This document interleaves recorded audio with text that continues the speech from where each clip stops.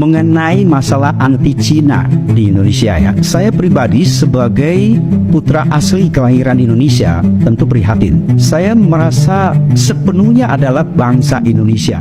Saya tidak suka.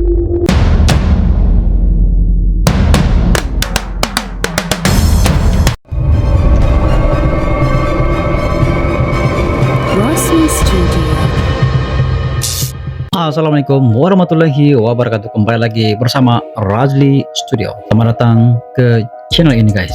Hari ini saya akan membahas topik penting mengenai komunitas Tionghoa di Indonesia. Di tengah isu-isu yang mengandung unsur anti Cina, kita ingin mengajak Anda untuk lebih memahami dan menghargai peranan serta kontribusi besar komunitas Tionghoa dan berbagi aspek kehidupan di Indonesia. Mari kita lihat bagaimana keberagaman budaya ini telah memperkaya bangsa kita dan bagaimana kita semua bisa membantu menciptakan lingkungan yang lebih inklusif dan harmonis. Ayo kita mulai. Mengenai masalah anti Cina di Indonesia ya. Saya pribadi sebagai putra asli kelahiran Indonesia tentu prihatin. Saya merasa sepenuhnya adalah bangsa Indonesia. Saya tidak suka dicina-cinakan ya. Kalau mau sebut saya, ya sudah keturunan Tionghoa. Memang itu apa adanya. Tetapi ada sikap bahkan kampanye anti Cina yang efeknya membuat orang Tionghoa Indonesia terdampak juga. Ini menyedihkan ya. Kita tahu bahwa di dunia ini ada dua kutub sekarang, antara China, Tiongkok dengan Amerika Serikat. Mereka bersaing dengan kepentingan politik dan ekonominya. Terus kenapa kita yang tidak terlibat terbawa-bawa? Dan kenapa kaum anti Tiongkok ini menjadikan Tionghoa Indonesia jadi korban? Kita ini kan Indonesia, sudah berabad-abad ribuan tahun di bumi Nusantara. Jika mau cek sejarah dan mau jujur, orang Tionghoa sudah ada di sini, bahkan membentuk negara ini di Nusantara ini. Dan boleh dikatakan semua suku bangsa di Indonesia ini kebanyakan pun sudah mempunyai darah campuran keturunan Tionghoa. Jadi kalau sampai ini dimasalahkan, ini sungguh menyedihkan. Cobalah kita sadar bahwa nasionalisme Indonesia jangan dibawa-bawa oleh pihak-pihak yang bermain politik mengadu domba kita. Kita Indonesia kok. Kenapa seorang Anne Avanti tidak pernah berhenti mencintai Indonesia padahal waktu itu rumah habis dibakar massa karena kerusuhan rasial? Ya, pada saat itu juga Mami dalam keadaan sakit kanker. Dan ada satu hal yang mendasar dalam diri saya, bahwa apapun yang terjadi dalam setiap kehidupan manusia itu atas izin Tuhan. Tuhan mengizinkan semuanya terjadi, dan saya tidak mau dibalut rasa sakit itu gitu. Sehingga ketika kejadian itu terjadi, pasti sebagai seorang anak ada perasaan kenapa, apa aku Cina gitu ya. Tetapi setelah bergulir waktu, saya merasa bahwa tidak perlu saya marah pada siapapun juga gitu. Bahkan saya mencintai Indonesia sampai saat ini dengan putih. Saya tidak pernah abu-abu cinta saya pada Indonesia putih.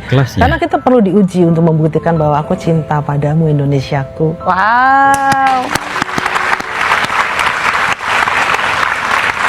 Jadi makna reruntuhan rumah yang dibakar karena kebencian rasial itu, bagaimana itu bisa menjadi apa? Tiang kekuatan seorang Anne Avanti? Ya, saya harus berdiri di atasnya. Dan disitulah letak pijakan saya bahwa saya menjadi kuat, karena saya ingin menjadi contoh pada yang lain. Ketika semuanya habis, disitulah dimulai sebuah perjuangan baru. Dan hingga hari ini ada sesuatu karya yang saya buat untuk Indonesia, untuk bangsa ini gitu. Dan itu dibuat oleh seorang yang dulunya mungkin dibully-bully, bahwa jadi apa kamu dengan hanya berbekal ijazah SMP? Nyatanya orang nomor satu di Indonesia. Sebuah karya untuk beliau, dan ini menjadi sebuah gambaran yang pasti bahwa kita tidak bisa menengok ke belakang terus-menerus, tetapi kita sebentar dan kita melihat bahwa di belakang ini begitu banyak orang yang seperti kita dulu. Kita berikan contoh konkret bahwa saya bisa. Jadi akhirnya itu membuat saya menjadi termotivasi bahwa saya sekolah hanya SMP. Tetapi dari puing-puing reruntuhan itu, disitulah saya berpijak bahwa saya bisa saya bisa menunjukkan bahwa dunia seni itu biasanya orang dikatakan bodoh, bisa nyanyi bodoh, bisa jahit goblok gitu ya, bisa gambar itu bukan orang pinter gitu, tetapi orang bodoh pun bisa cerdas gitu. Saya tidak Orang bisa bodoh komputer, bisa tidak bisa cerdas. ngerti internet, tidak bisa pakai iPad, tetapi bukan berarti mujizat tidak terjadi bagi setiap orang percaya. Wow. Kenapa orang Cina di Indonesia itu kebanyakan sukses-sukses? Saya nggak bilang saya sudah sukses ya, tapi kebanyakan orang-orang Cina di Indonesia itu sukses. Nah, sebenarnya saya dari kecil itu belajar banget bahwa orang Cina percaya akan 3 prinsip ini. Mereka percaya kekayaan tidak akan bertahan selama 7 turunan. Artinya ketika mereka membuat suatu bisnis, kerajaan bisnis yang pada saat ini besar, tidak bisa dipertahankan sampai 7 turunan. Makanya mereka itu selalu menyisihkan uangnya untuk ditaruh di instrumen investasi. Karena mereka percaya ketika mereka itu invest, suatu saat kerajaan bisnisnya mereka gagal, anak-anaknya mereka itu hidupnya masih bisa terjamin lewat instrumen investasinya mereka. Dan kemudian yang kedua, mereka percaya akan hoki. Kita tahu semuanya 90% kejadian saat ini itu dihasilkan oleh hokinya kita. 10% itu adalah kerja kerasnya kita. Tapi gimana cara memperbesar hokinya itu dengan memperbanyak peluang? Dan kalian ketika memperbanyak peluang itu harus banyak bekerja. Makanya mereka itu bekerja keras supaya mendapatkan lebih banyak hoki yang akhirnya bisa dapat suatu saat nanti. Yang ketiga, mereka percaya melihat sekali hoki, lebih guys? baik daripada mendengar ratusan Turun kali. komen di bawah. Melakukan sekali lebih baik daripada melihat ratusan kali. Jadi kalian sadar gak sih, orang Cina di Indonesia itu banyak banget tanpa pendidikan yang tinggi sekalipun mereka bisa sukses, mereka bisa bikin bisnis yang bagus walaupun tanpa mengerti tentang marketing, branding, dan lain-lain. Mereka fokusnya apa? Melakukan dulu. Pikir masalahnya itu ke depan. Yang penting dilakukan dulu, masalah ke depannya diselesaikan di depannya juga. Jadi mereka terus berusaha sampai akhirnya mereka bisa sukses. Menurut kalian prinsip-prinsip apa lagi yang kalian pelajarin dari orang lain? Kalian coba ngobrol di kolom komen. Susahnya jadi orang keturunan Tionghoa yang tinggal di Indonesia. Jujur nih, gue sebagai orang keturunan asli Tionghoa bener-bener gak ada campuran. Kakek nenek gue dari nyokap dan bokap itu lahir dan besar di Tionghoa, merantau ke Indonesia. Gue sih merasanya di generasi gue gak kerasa sih rasismenya. Walaupun kerasa tuh minor banget lah, gak sampai mempengaruhi kehidupan sehari-hari gue. Beberapa tahun lalu gue kuliah di universitas yang nyampur gitu, banyak keturunan Tionghoa juga, banyak keturunan asli Indonesia. Kalau main secara ngegeng emang masih misah. Biasanya keturunan Tionghoa sama keturunan Tionghoa, keturunan asli Indonesia sama keturunan asli Indonesia. Tapi menurut gue itu wajar. Lu pun kalau misalnya orang Indonesia keluar negeri, lu akan main sama orang Indonesia. Terus orang luar negeri juga main sama daerah negara asal. Tapi kalau untuk secara ngobrol, secara main, gue sama sekali nggak ngerasa dibeda-bedain. Gue pun juga ngebedain mereka. Kayak ngeliatnya ya cuma manusia aja gitu. Dan bahkan saking dekatnya kita bisa saling kata-kataan satu sama lain, tapi konteksnya bercanda ya. Mereka bisa ngatain Cina lo, sipit lo, bener-bener bercanda ya, nggak ada yang masuk ke hati gitu. Kita cuma ketawa-tawa aja. Dan bahkan sebenarnya konteksnya lebih kayak ngesarkasin orang yang suka ngomong kayak gitu. Gue di kantor juga gue minoritas keturunan Tionghoa, banyakan keturunan asli Indo, tapi mereka bener-bener biasa aja gitu sama gue. Gue pun biasa aja sama mereka. Kalau di generasi orang tua gue mungkin lebih kerasa, tapi kalau di generasi gue sih, gue ngerasanya nggak ada yang sampai mengganggu hidup gue. Cuman kalau sampai sekarang untuk kayak pernikahan, orang keturunan Tionghoa masih memilih untuk bersama dengan orang keturunan Tionghoa juga. Tapi kayaknya itu wajar ya. Jadi so far gue ngerasa nggak susah sih jadi keturunan Tionghoa di Indonesia. Kayaknya mengarah ke arah yang lebih baik sih makin lama, which is good. Gue harap kedepannya kalau bisa makin lama makin nyatu sih, dan rasisme makin gak ada aja gitu. Karena buat apa sih kita perang-perang rasisme kayak begitu? Orang kita sama-sama manusia. Gue juga gak milih dilahirin sebagai orang keturunan Tionghoa. Chinese di Indonesia itu ada lebih dari 10 juta orang guys. Itu yang ngaku ya. Yang gak ngaku alias yang mungkin udah keturunan, pastinya jumlahnya akan lebih banyak daripada itu. Nah, kenapa banyak Chinese di Indonesia?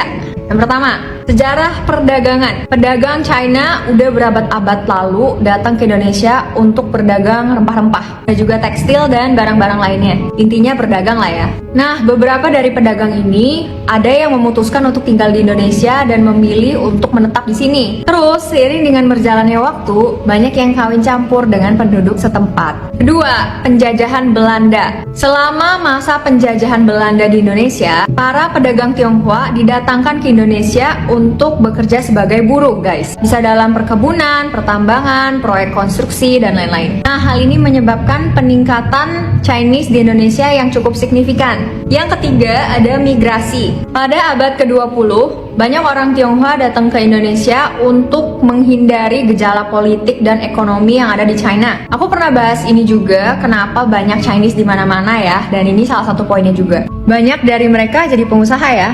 Oh iya, kalau kalian pengen tahu tentang sejarah kakek aku datang ke Indonesia, aku bikin di video terpisah ya. Karena cukup menarik pas aku dengar ceritanya dari papa. Karena kamu Cina, kamu tuh bisa dibakar warung kamu gitu kan.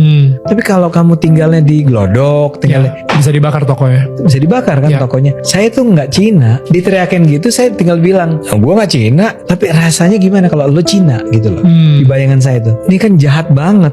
Terus saya punya temen yang Cina-Cina yang baik. Kenapa harus dimusuhin nih orang-orang Tionghoa ini? Sampai akhirnya orang nggak merasa nggak boleh bilang kata Cina diganti dengan Tionghoa. Ya kan, buat saya tuh It's silly. it's silly, right? It's silly. Ya. Makanya ketika ada seorang pejabat yang ngomong ini adalah era kemenangan pribumi, I hate that. Maksud lo apa pribumi? Saya bisa sebut teman-teman Cina saya yang jauh lebih pribumi dari kamu gitu. Wow. Penduduk Tionghoa itu hanya 4,5%, tapi menguasai ekonomi lebih 50%. Indo menguasai 50% ekonomi Indonesia. Mari kita bahas. Beberapa waktu lalu, Pak Yusuf Kala sempat menyatakan hal kontroversial ini. Kita nggak tahu sih dari mana angka 50% ini, tapi ada satu hal yang pasti, kita nggak bisa membantah. Bisnis-bisnis Cindo ini menjadi salah satu yang memicu dan mendorong perekonomian Indonesia. Ini disebabkan karena dulu Cindo dibatasin dalam partisipasi di pemerintahan. Jadinya, bisnis adalah mata pencaharian utama. Kemajuan perekonomian Indonesia ini menjadi salah satu sumber pendapatan pajak bagi pemerintah Indonesia. Jadi bisa dibilang kalau salah satu sumber pajak terbesar itu dibayar oleh pengusaha Cindo. Ini artinya Cindo menjadi salah satu penyumbang terbesar dalam pembangunan untuk membantu negara, khususnya dalam menjalankan fungsi jaminan sosial. Tapi yang paling penting adalah kita harus sadar, Cindo itu juga bagian dari Indonesia. Walaupun cuma 5% dari total penduduk Indonesia, tapi bagian kecil ini juga ikut menjalankan roda ekonomi Indonesia. Nggak ada kata mereka, adanya adalah kita. Karena kita semua ini sama-sama lahir, sama-sama ingin yang terbaik untuk Indonesia, dan bahkan bahasa ibu kita sama, yaitu bahasa Indonesia. Kita ini sekarang ada dalam satu perahu yang sama-sama ingin berlayar menjadi satu negara besar bernama Republik Indonesia. Bagi sesama Indonesia, ada baiknya kita belajar dari satu dengan yang lain, dan kita sama-sama membangun negara ini, baik dari sektor ekonomi maupun sektor-sektor lainnya. Oke, jadi kenapa sih orang-orang Tionghoa atau Cindo itu kok pada milih Prabowo? Emang nggak trauma dengan kerusuhan 98? Ini balik lagi berdasarkan papiku yang memang udah ngelewatin masa pemerintahan dari Soekarno sampai Jokowi ya. Ya guys, kaum Tionghoa sama Cindo tuh beda ya. Papiku tuh bisa dibilang kaum Tionghoa karena lahirnya di Cina. Jadi sangat-sangat merasakan ya guys, segala kerusuhan dan kerasisan itu berasa banget. Jadi karena udah pernah ngelewatin segala macam kerusuhan dan kesulitan dari zamannya Soekarno sampai sekarang, aku tuh jadi kayak seorang pengamat politik. Biasanya sih orang-orang tua yang aku temui ya, yang udah dari melewati zaman-zaman itu tuh jadi pengamat politik yang kayak ngerti tentang alurnya gitu loh, dan kayak bisa memprediksi akan kemana larinya. Kita-kita ini anak-anak muda ini ya kan didoktrin sama orang tua ya.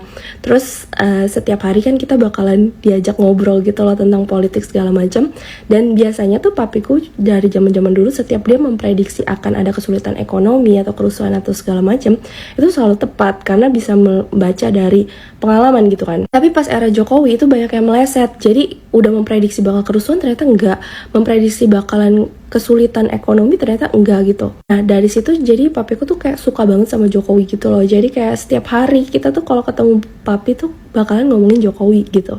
Ngefans berat lah sama Jokowi dan kinerjanya gitu. Baik lagi tentang kerusuhan 98, jadi kalau orang-orang tua zaman dulu kan ngikutin berita segala macam, jadi mereka tuh tahu kalau misalnya Prabowo itu memang dari dulu berseberangan sama Soeharto. Jadi bukan karena dia menantunya terus dia ngikut-ngikut aja, karena kalau misalnya dia ngikut-ngikut aja dia nggak mungkin dipaksa untuk cerai sama istrinya. Dan saat itu tuh Prabowo adalah prajurit, jadi kalau prajurit itu pasti ngikut apa kata atasan, jadi kalau dibilang dia dalangnya nggak mungkin, karena dia tuh bawahan banget, jadi dalangnya tuh ya atasannya. Nah that's why makanya kalau dari kita ini nggak masalah kalau Prabowo mau jadi presiden. Nah cuma uniknya kalau menurut papiku, menurut pengamatan dia, Prabowo akan mungkin menjabat 2-3 tahun, sisanya akan diteruskan sama Gibran, terus nanti Gibran akan jadi presiden, terus mungkin jadi presiden lagi, jadi kayak ibaratnya memerintah 3 periode. Tapi balik lagi, gantung kinerja dia dan kita kaum muda yang akan melihat gitu. Kalau menurut papiku, dia gak masalah gitu. Yang penting mereka akan melanjutkan kinerjanya Jokowi dan akan sebagus Jokowi atau enggak. Karena yang pasti enggak nomor 1.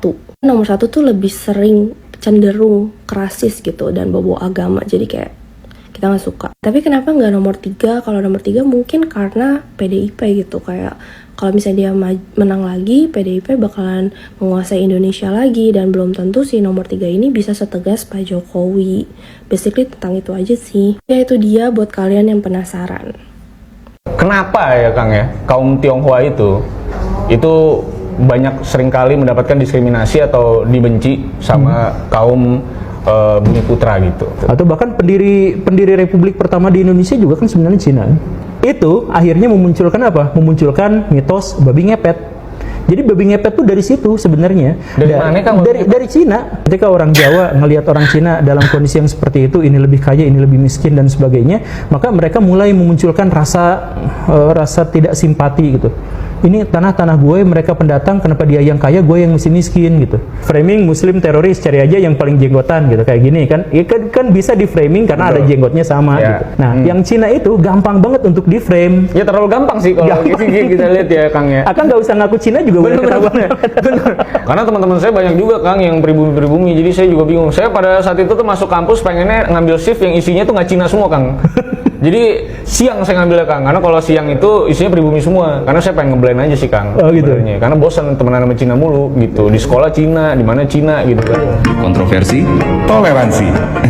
Terima kasih kepada Anda yang sudah menonton video ini. Kita telah melihat bagaimana komunitas Tionghoa di Indonesia memainkan peranan dalam membangun keberagaman dan kekayaan budaya negara Indonesia, guys. Namun, kita juga tidak bisa menutup mata terhadap adanya gerakan anti-Cina yang bisa merusak harmonisnya sosial di Indonesia, guys. Penting bagi kita semua untuk melawan prasangka dan diskriminasi dengan edukasi, guys. Jangan kita bertindak tanpa melihat dari segi edukasinya. Empati dan dialog yang konstruktif. Mari kita bekerja sama untuk mencipta lingkungan yang lebih inklusif dan menghargai perbedaan. Itu sebahagian daripada bagaimana kita mentafsir, melihat tentang kehidupan Tionghoa di Indonesia, guys. Ada etnis Tionghoa di Indonesia yang merasakan kurang selesa, kurang enak dengan situasi ini. Tapi itu berlaku pada waktu dahulu. Pada masa sekarang ini, walaupun berlaku sedikit perbedaan, namun terlihatnya Tionghoa di Indonesia hidup seperti biasa, guys. Keberagaman yang berlaku di Indonesia pada ketika ini merupakan satu keunikan di Indonesia yang mana ianya tidak berlaku di negara lain, guys. Sebagai contoh di Malaysia. Di Malaysia, etnis Tionghoa ataupun Cina, perbedaannya dengan di Indonesia memang jauh sekali. Ibaratnya langit dan bumi, guys. Kenapa saya berkata demikian? Dari segi nama orang Tionghoa di Indonesia dan nama orang Tionghoa di Malaysia sudah berbeda. Kalau kita melihat di Indonesia tidak ada nama Cinanya, tetapi di Malaysia seperti mana nama Chinese di negara Cina, nama Tionghoa di Malaysia sama, guys. Nggak ada bedanya. Kalau kita melihat dari segi percakapan, orang Tionghoa di Indonesia macam dalam video ini, guys. Mereka bicara dalam bahasa Indonesia begitu lancar tanpa kita menyadari bahwa dia ini sebenarnya bukan lokal Indonesia, tetapi bicaranya seperti lokal Indonesia. Menyentuh soal Tionghoa di Malaysia. Kalau bukanlah semua, guys. Ada orang Tionghoa ataupun Chinese di Malaysia yang bisa berbahasa Malaysia dengan begitu lancar, namun ada sebilangannya yang tidak bisa ngomong bahasa Malaysia dengan begitu lancar seperti mana yang dikehendaki oleh pemerintah, guys. Ekonomi. Orang Tionghoa di Indonesia menguasai 50% ekonomi Indonesia. Ibaratnya walaupun penduduk Tionghoa di Indonesia hanya 5% daripada populasi, daripada 275 juta jiwa itu menguasai 50%, ini menunjukkan bahwa peranan Tionghoa di Indonesia cukup besar. Mereka lah yang membentuk, menggerak ekonomi di Indonesia guys, dari segi industri yang berskala besar guys. Namun begitu, dengan situasi pada ketika ini, dengan pemerintahan yang pada saya di Indonesia cukup stabil, dengan pemerintahan daripada Presiden Jokowi yang mesra kepada semua etnis, disambung oleh pemerintah pada ketika ini Presiden Bapak Prabowo, kita mengharapkan supaya apa yang dilakukan oleh Presiden Jokowi sewaktu pemerintahan Bapak Prabowo berterusan harmonisnya. Yang lebih penting ialah keharmonisan antara semua kaum guys. Menurut Anda, apakah pada ketika ini masih wujudnya anti Cina di Indonesia guys? Anda boleh komen di bawah. Itu sedikit sebanyak pandangan daripada Rajli Studio. Sekiranya Anda mempunyai pandangan terkait dengan cuplikan video ini, Anda boleh komen di bawah. Sekian, jumpa lagi di next video. Assalamualaikum. Bye-bye. Kami channel YouTube dengan konten yang seru mereaksi apapun tentang Indonesia, kami dari Malaysia. Ayo like and subscribe Rajli Studio.